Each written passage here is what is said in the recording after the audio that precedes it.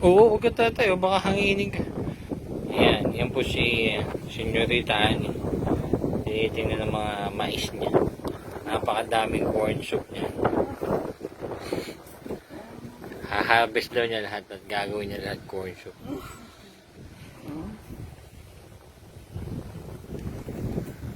Alam niyo po, habang tinitingnan ko po ang buhay nito, naalala ko ang buhay ko.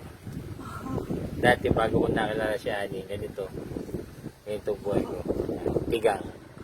Tapos, nung dumating sa buhay ko si Annie, ito na, luntian. Ito, tigang.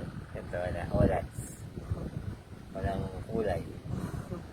Ito, kulay. Diba?